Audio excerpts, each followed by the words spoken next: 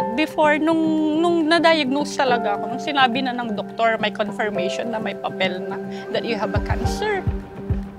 Siyempre, ang unang ko kay Lord, iniyak ko talaga kay Lord. Lord, bigyan mo pa ako ng isang chance. Sabi ko.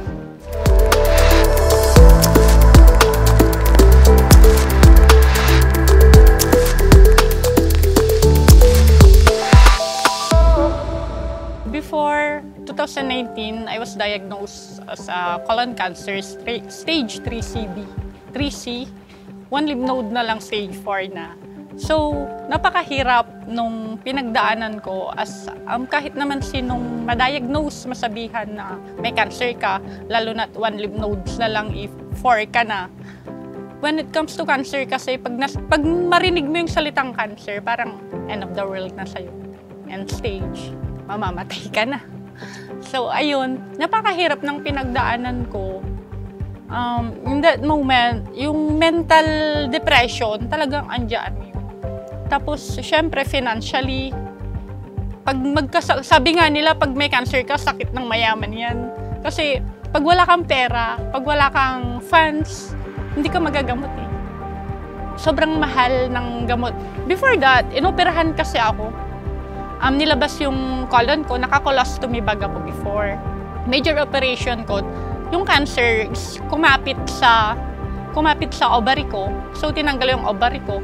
Multiple operation yung ginawa sa akin. Ilang years akong namuhay ng may colostomy bag. Of course, we're just human.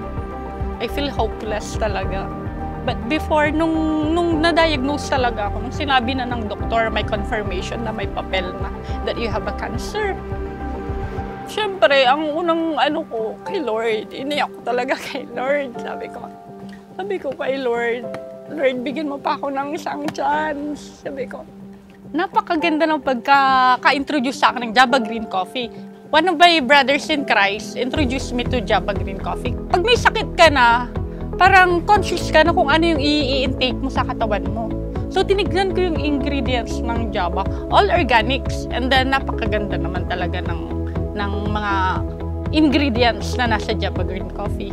Nung natikman ko na, nag-order na ako sa kanya na nagustuhan ko talaga yung Java Green Coffee kasi nagiging strong ako. Every morning, yun lang yung breakfast ko. Java Green Coffee and then one banana. Yun lang yung meal ko hanggang mag-lunch na. Doon lang ako magkakain. It detoxifies body tapos it cleanses your body lalo na sa kalagayan kung may colon cancer.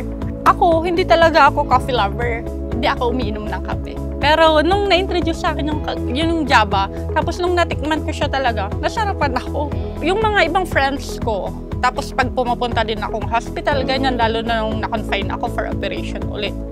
Tinatanong nila kung anong tinitake ko kasi hindi naman daw ako mukhang colon cancer warrior. Sabi ko, I introduce Java. Kasi sinishare ko sa kanila yung pag-inom ko ng Java kasi hindi na ako nagme-maintenance eh. Hindi ako umiinom ng kahit na anong maintenance kasi during the chemotherapy days, sawang-sawa na ako sa capsule ng oral chemo. Kasi Java Green Coffee lang yung iniinom ko. Parang ito na yung pinaka-maintenance ko. First, syempre, I want to acknowledge God. Of course, unang-una. And I thank God for the life of Sir Jeffrey kasi siya yung nag-introduce sa akin ng Java Green Coffee. And then, I meet Sir Aldrin, tapos si Sir Richard, our president ng Java. Maraming salamat sa buhay nila kasi pinursu nila ang Java Green Coffee. Binigyan sila ng wisdom ni Lord. In my opinion, kailangan talaga natin i-share ang Java Green Coffee. Why? Kasi sa mga kinakain natin ngayon sa mundong ito, puro na lang processed food. Puro na lang lason. Sorry to say, pero ganun talaga lahat ng kakainin natin.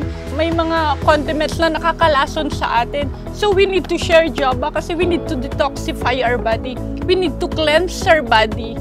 For all of you guys, try Java Green Coffee because there's a lot of health benefits na makukuha nyo sa coffee ito. Napakalaking tulong sa health natin, lalo na sa mga may karamdaman, sa health conscious. Kahit wala kayong karamdaman, you can try Java Green Coffee. Add life by sharing a cup.